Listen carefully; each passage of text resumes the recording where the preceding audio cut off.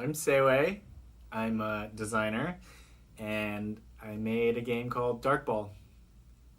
So Darkball is a game that's like 1D Pong.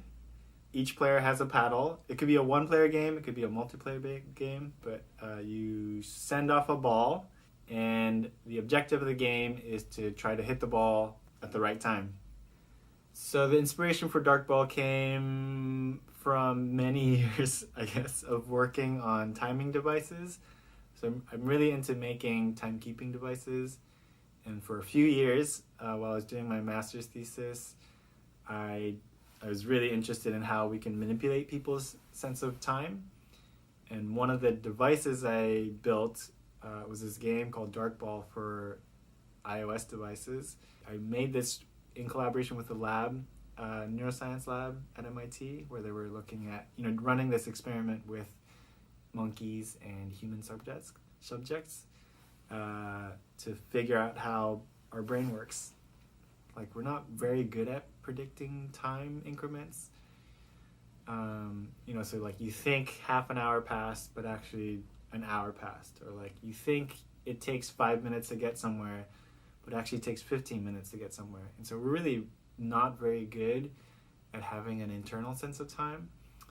And I learned about athletes actually, who train their sense of timing to perform better in their gameplay. So, soccer athletes, football athletes, and F1 drivers use timing exercises along with their physical exercises to get a better sense of time, and it improves their gameplay. And I thought that was really interesting, that you could train yourself to get better at understanding time increments. And so, Darkball was one of a series of games that I made to try to improve people's sense of time.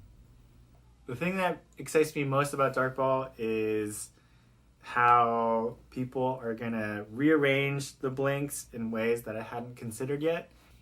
So when I first started developing Darkball, I had my 5-year-old play it because he was who was around that I could test it on. And he can play it in the 2-player mode, like he totally gets it. It's not, it's not that hard to understand how to play Darkball. But once I gave it to him to just mess around with it on his own, he would reconfigure the blinks in such a way where he could send a ball into a loop and then pull his paddle away so that the ball would just stay stuck in a loop infinitely. And it's just interesting to see that that's entertaining for a 5-year-old. It's not really a game, or maybe it is a game in his head, but it was really, it just seemed like a lot of fun for him to play that way. And so, I'm excited to see how people come up with other kinds of play like that. The process for making Darkball was really simple. I had the basic game mechanic already worked out from making it previously. And coding it was super straightforward. I think in a couple hours I had the basic mechanism down onto the blinks in a playable form. And then, every other night I would work on just like getting the timing right and messing around with the colors. But it's really enjoyable because you can get an idea out really fast. Most people won't know, because it's a hidden mode, they won't know that there's a super mode where you can double click your paddle to launch the ball, and instead of having a consistently visible ball, it'll blink. It's more like the original Darkball iOS game, where you only have a few hints of how fast the ball is going to predict when you have to swing your paddle. I think people, like most games, people who will enjoy Darkball are people who can get really good at it. Because it feels, it's really fun to win. It's sort of like tennis. Like, people who enjoy playing tennis are people who get really good at it.